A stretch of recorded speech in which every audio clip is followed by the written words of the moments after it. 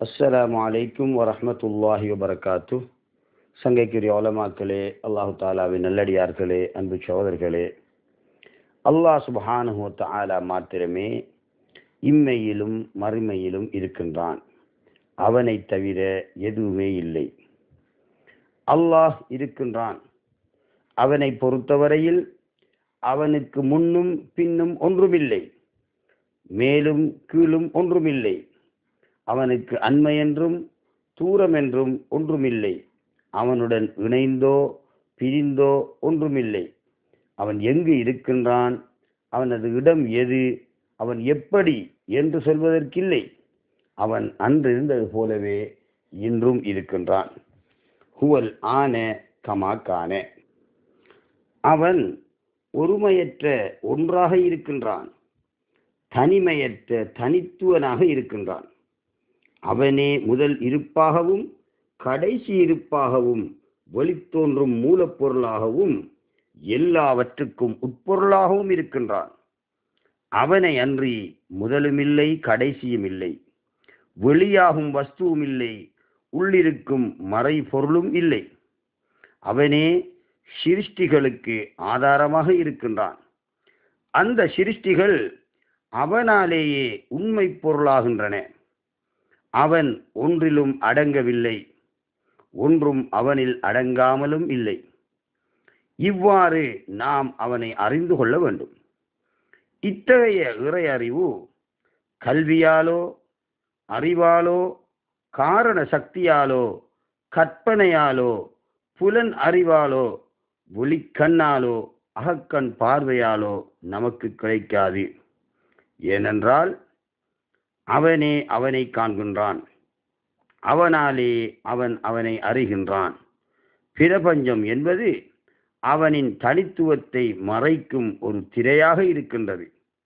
லா இலாஹ இல்லல்லாஹ், அவனின்றி வேறொன்றுமில்லை. லா இலாஹ இல்லல்லாஹு வஹ்தஹ், அவனின்றி வேறொன்றுக்கும் இடமில்லை, அவன் மாத்திரமே இருக்கின்றான். இறைவனன்றி வேறொருவன் இருக்கின்றான் என்று நீங்கள் சொல்வீர்களானால் நீங்கள் அவனை அறியவில்லை என்பதுதான் அதனுடைய பொருள். அவ்வாறு வேறொருவன் இல்லை. நீங்கள் அவனையே நோக்குகின்றீர்கள், அதையும் நீங்கள் அறியாமல் இருக்கின்றீர்கள். ஆட்சி செய்பவனும் அவனே, ரஹ்மத் என்னும் கருணையினால் ஆட்சி செய்யப்படுபவனும் அவனே, சிருஷ்டிப்பவனும் அவனே, சிருஷ்டியும் அவனே. அவன் முன்பிருந்தது போலவே இன்றும் இருக்கின்றான். அவன் ஆதிக்கத்துக்கோ அவன் சிருஷ்டிக்கும் அதிகாரத்திற்கோ சிருஷ்டிகள் அவனுக்கு தேவையில்லை. அவன் குன் ஆகுக என்று சிருஷ்டிகளை படைத்தபோது அந்த சிருஷ்டிகளின் தன்மை அவனில் ஏற்கனவே அடங்கி இருந்தது. என்றாலும் சிருஷ்டிகளை படைக்க முன் எப்படி இருந்தானோ அவைகளை படைத்த பின்னரும் அப்படியே அவன் இருக்கின்றான். அவனுடைய தனித்துவத்தில் அண்மைய வஸ்துக்கும் மூல வஸ்துக்கும் வேற்றுமை இல்லை. அண்மை என்பது அவன் சிருஷ்டிகளாக இருப்பதே ஆகும். மூலப்பொருள் என்பது அவன் அவனாகவே இருக்கும் தனித்துவமே ஆகும். அவனன்றி வேறொன்றுமே இல்லை.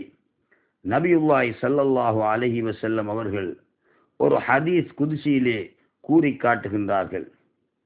மறுமை நாளையில் அல்லாஹ் சுப்ஹானஹு வ தஆலா கேட்பான், என்னுடைய அடியானே, நான் நோயுற்றிருந்தேன், நீ என்னை பார்க்க வரவில்லை.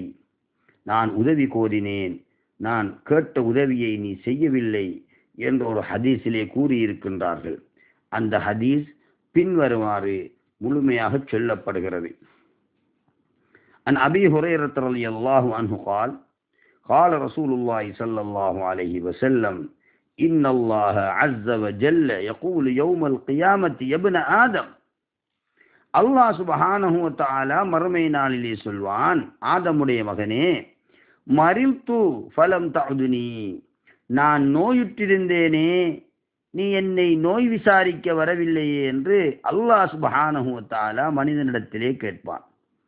قال يا ربي كيف أعوذك وأنت رب العالمين.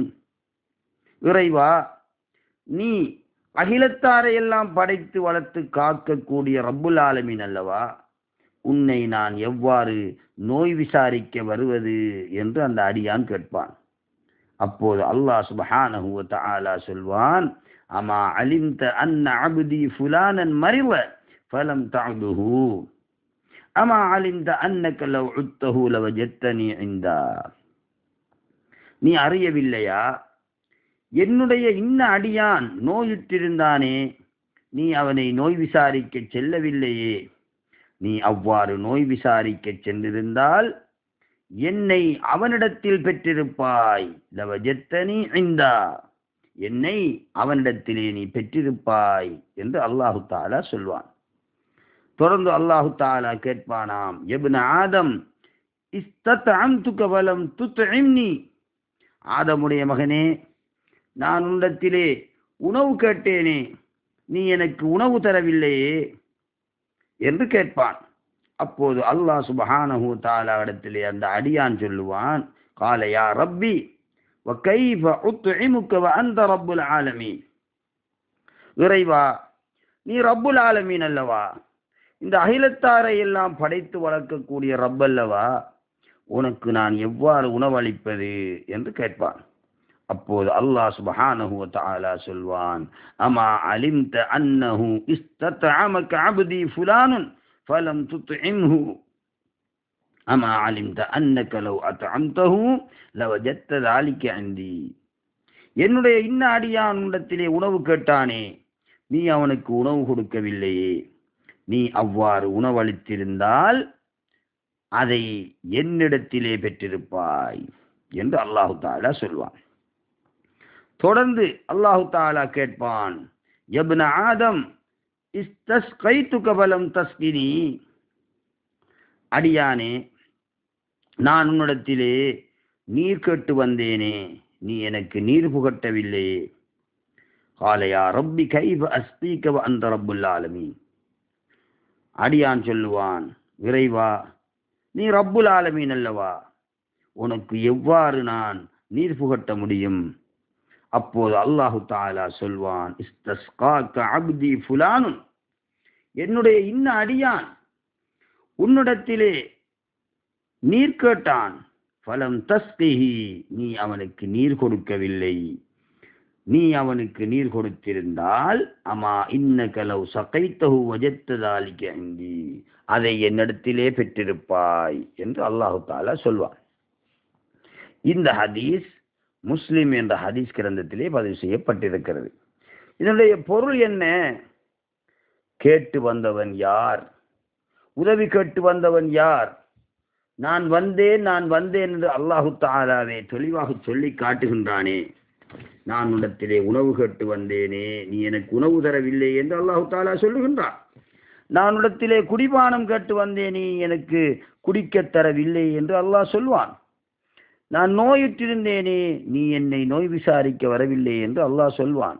அப்படியானால் நான் தான் உன்னிடத்திலே அப்படியான கோலங்களில் வந்தேன், யாசிப்பவனாக வந்தேன், நோயுற்று வந்தவனாக வந்தேன் என்பது இந்த ஹதீஸுடைய அர்த்தமாக இருக்கிறது.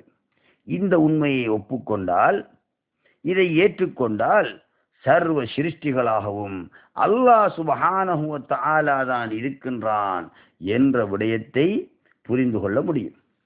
அணுவுக்குள்ளே இருக்கும் அணுவின் அந்தரங்கத்தையும் நீங்கள் அறிந்தால் எல்லா சிருஷ்டிகளின் அந்தரங்கங்களையும் நீங்கள் அறிந்து கொள்ள முடியும். அவைகளின் உள்ரங்கத்தையும் வெளிரங்கத்தையும் நீங்கள் அறிந்து கொள்ள முடியும்.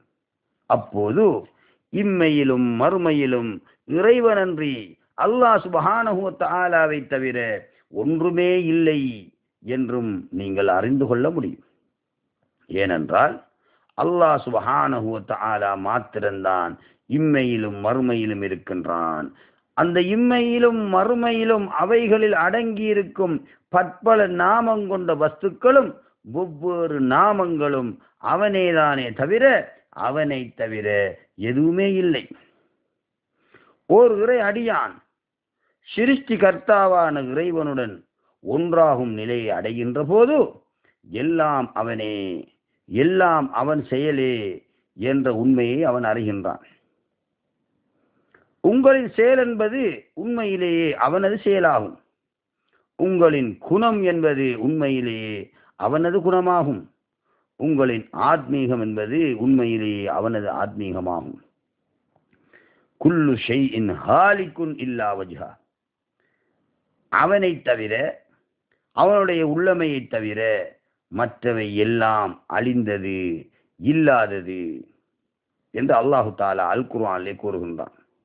இதனால் தான் ஃபஐனமா துவல்லு ஃபஸம்ம வஜ்ஹுல்லாஹ், நீங்கள் எங்கு நோக்கினாலும் அங்கே அல்லாஹ் தான் இருக்கின்றான் என்று அல்லாஹு தஆலா சொல்லி காட்டுகின்றான். அவனை தவிர எதுவுமே இல்லை. எனவே நீங்கள் எங்கு நோக்கினாலும் அங்கே அவனையே நீங்கள் காண்கின்றீர்கள் என்பது இந்த திருமறை வசனத்தின் பொருளாக இருந்து கொண்டிருக்கிறது. பல சிருஷ்டிகள் எப்படி அல்லாஹ்வின் உள்ளமையிலிருந்து உண்டாகின்றன என்று நாங்கள் சிந்தித்து பார்க்கின்ற போது, சிருஷ்டி என்பது அது ஒரு தஜல்லி. தஜல்லி என்பது ஒரு திரை நீக்கமாக இருக்கிறது. எனவே சிருஷ்டி என்பது ஒரு திரை நீக்கம். அதாவது இறைவனின் சிருஷ்டி என்பது இறை உள்ளமையின் ஃபைல் என்று சொல்லப்படக்கூடிய வெள்ளப்பெருக்காக இருக்கிறது. எல்லா உயிர்களாகவும் வஸ்துக்களாகவும் இறைவனுடைய வுஜூத் என்று சொல்லப்படக்கூடிய உள்ளமையே வெளிப்படுகின்றது. அதுவே இறைவனுடைய சிருஷ்டி என்று சொல்லப்படுகிறது. ஆதி, அந்தம், காலம், நேரம், குணம், தன்மைகள் என்ற எந்த ஒரு வஸ்துவுமே இல்லாத ஏகாந்த நிலையில் இருக்கின்ற அந்த வுஜூத் பிரபஞ்ச கட்டுப்பாடுகளுக்குட்பட்டு ஆதி, அந்தம், காலம், நேரம், குணம், தன்மைகள் என்ற எந்த விதமான கட்டுப்பாடுகளுமற்ற ஏகாந்த நிலையிலே இருக்கக்கூடிய அந்த வுஜூத் பிரபஞ்ச கட்டுப்பாடுகளுக்குட்பட்டு காலம், நேரம், இடம், தன்மை என்ற வரையறைகளில் வெளிப்படுவதையே சிருஷ்டியாக வெளிப்படுதல் என்று நாங்கள் சொல்கின்றோம். சிருஷ்டிகள் எப்போதும் மாறும் தன்மையை கொண்டன. அவைகள் புது புது விதமாக உண்டாகின்றன.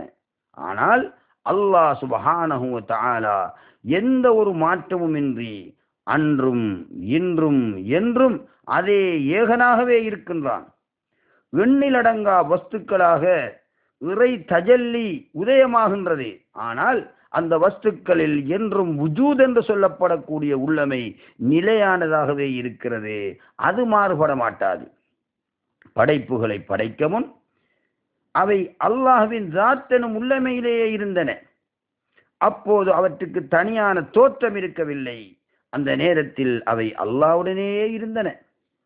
படைப்புகளை படைத்த பின் அவற்றுக்கு தனியான தோற்றம் உருவானது. ஆயினும் அவை அல்லாஹ் தஆலாவை விட்டும் பிரியவில்லை. அல்லாஹ் அவைகளை விட்டும் பிரிந்து விடவும் இல்லை. எப்போதும் உங்கள் மீது பிரசன்னமாக அல்லாஹ் தஆலா இருக்கின்றான். எப்போதும் நீங்கள் எங்கிருந்தாலும் உங்களோடு அவன் இருக்கின்றான். வஹுவ மஅக்கும் ஐனமா குந்தும், நீங்கள் எங்கிருந்தாலும் உங்களுடன் அவன் இருக்கின்றான். அவன் சகல சிருஷ்டிகளுக்கும் மிகச் சமீபமாக இருக்கின்றான். அவன் அடியானின் பிடரி நரம்பை விட அந்த அடியானுக்கு மிகச் சமீபமாகவே இருக்கின்றான். வனஹ்னு அக்ரபு இலைஹி மின் ஹப்லில் வரீத், எண்ணிலடங்காத கோடி அண்ட பேரண்டங்களின் இயக்கம், கோடான கோடி அணுக்கள், அணுக்களின் தொகுப்பான ஜீவராசிகள் அனைத்துமாக உள்ளும் புறமும் மேலும் வெளியுமாக அல்லாஹ் சுப்ஹானஹு வ தஆலாவே இருக்கின்றான். ஹுவல் அவ்வலு வல் ஆஹிரு வல் லாஹிரு வல் பாத்தின் வ ஹுவ பிகுல்லி ஷைஇன் அலீம். முந்தியவனும் அவனே, பிந்தியவனும் அவனே, பகிரங்கமானவனும் அவனே, அந்தரங்கமானவனும் அவனே. அவன் அனைத்து பொருட்களையும் நன்கறிந்தவன். எனவே எண்ணிலடங்காத கோடி அண்ட பேரண்டங்களின் இயக்கமும் கோடான கோடி அணுக்களின் தொகுப்பான ஜீவராசிகள் அனைத்துமாக உள்ளும் புறமும் மேலும் வெளியுமாக அல்லாஹ்வே இருக்கின்றான் என்பதே இத்திருமறை வசனத்தினுடைய பொருளாக இருக்கிறது. எனவே படைப்புகளின் மூலப்பொருள் அல்லாஹ்வை தவிர வேறொன்றுமில்லை. அவனே அதன் மூலப்பொருளாக யதார்த்தமாக இருக்கின்றான். நீங்கள் திரும்பும் திசைகள் அனைத்திலும் இருப்பது அவனை தவிர வேறு எதுவுமே கிடையாது. வலில்லாஹில் மஷ்ரிக் வல் மக்ரிபு ஃபஐனமா துவல்லு ஃபதம்ம வஜ்ஹுல்லாஹ். நீங்கள் எங்கு நோக்கினாலும் அங்கே அவனே இருக்கின்றான். எங்கும் தோன்றுவது ஒரே பொருள்தான், அது அல்லாஹ் தான், அவனை தவிர எதுவும் இல்லை. உள்ளமையில் அவன் மாத்திரமே இருப்பதால் அவனுக்கு உள்ளமையிலும் பண்புகளிலும் நிகரில்லை. உள்ளமையிலே அவன் மாத்திரம்தான் இருக்கின்றான். அவன் மாத்திரம் இருக்கின்ற போது அவனுக்கு நிகர் எவ்வாறு ஏற்பட முடியும்? எனவே உள்ளமையிலும் பண்புகளிலும் அவனுக்கு நிகரில்லை, அவன் மாத்திரமே இருக்கின்றான். நிகர் ஏற்படுவதற்கு 2 பொருட்கள் தேவைப்படும். உள்ளமையின் அடிப்படையில் சிருஷ்டிகள் ஒன்று மற்றொன்றுக்கு வேறானதல்ல, ஒரே உள்ளமையினுடைய வெளிப்பாடுகள் தான். ஆனால் உருவத்தின் அடிப்படையிலே அந்த சிருஷ்டிகள் ஒன்று மற்றொன்றுக்கு வேறானதாக தோன்றுகின்றது. உள்ளமையில் அல்லாஹ் மாத்திரமே இருக்கின்றான். நாம் படைப்புகள் என்று எண்ணிக்கொண்டிருப்பவை படைப்புகள் அல்ல, அது மாய தோற்றம். எமது பார்வையும் அறிவும் படைப்புகள் இருப்பதாக எங்களுக்கு ஒரு மாயை தோற்றுவித்துள்ளன. நீங்கள் எங்கு நோக்கினாலும் அங்கே அல்லாஹ் தான் இருக்கின்றான் என்பதை நாங்கள் புரிந்து கொள்ள வேண்டும். இதுவே அல் குர்ஆனும் அல் ஹதீஸும் குறிப்பிடக்கூடிய தத்துவமாகும். இதை ஒரு விசுவாசி நம்பிக்கை கொள்ள வேண்டும். இதுவே சரியான ஈமானாக இருக்கிறது. உள்ளமை ஒன்றுதான், அது அல்லாஹ் தான்.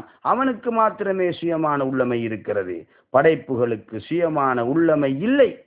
அல்லாஹ் எனும் உள்ளமைதான் படைப்புகளாக தோன்றுகிறது. படைப்புகளுக்கும் சுயமான உள்ளமை இருப்பதாக நம்புவது ஷிர்க் என்று சொல்லப்படக்கூடிய இணையாக இருக்கிறது. உள்ளமை அல்லாஹ்வுக்கு மாத்திரம்தான் இருக்கிறது, படைப்புகளுக்கு இல்லை. உள்ளமை யாருக்கு இருக்கிறதோ அவனுக்கே செயல்களும் இருக்கின்றன. உள்ளமையற்றவர்களால் செயல்களை செய்ய முடியாது. இதனால் தான் படைப்புகளால் எந்த செயலையும் செய்ய முடியாது என்றும் அல்லாஹ்வால் மாத்திரமே செயல்களை செய்ய முடியும் என்றும் நாங்கள் நம்பி இருக்கின்றோம். காரணம் என்ன? உள்ளமை உள்ளவனால் தான் செயல்களை செய்ய முடியும். உள்ளமையற்றவர்களால் செயல்களை செய்ய முடியாது. அல்லாஹ் மாத்திரம்தான் உள்ளமையுடையவன். எனவே அவன்தான் செயல்கள் அனைத்துக்கும் சொந்தக்காரனாக இருக்கிறான். படைப்புகளால் சுயமான செயல்களை செய்ய முடியும் என்று ஒருவன் நம்புவது ஷிர்க். காரணம் என்ன? படைப்புகளுக்கு உள்ளமை இல்லை, எனவே அவைகளுக்கு செயல் இல்லை. அல்லாஹ் மாத்திரம்தான் செயல்களை செய்யக்கூடியவன்.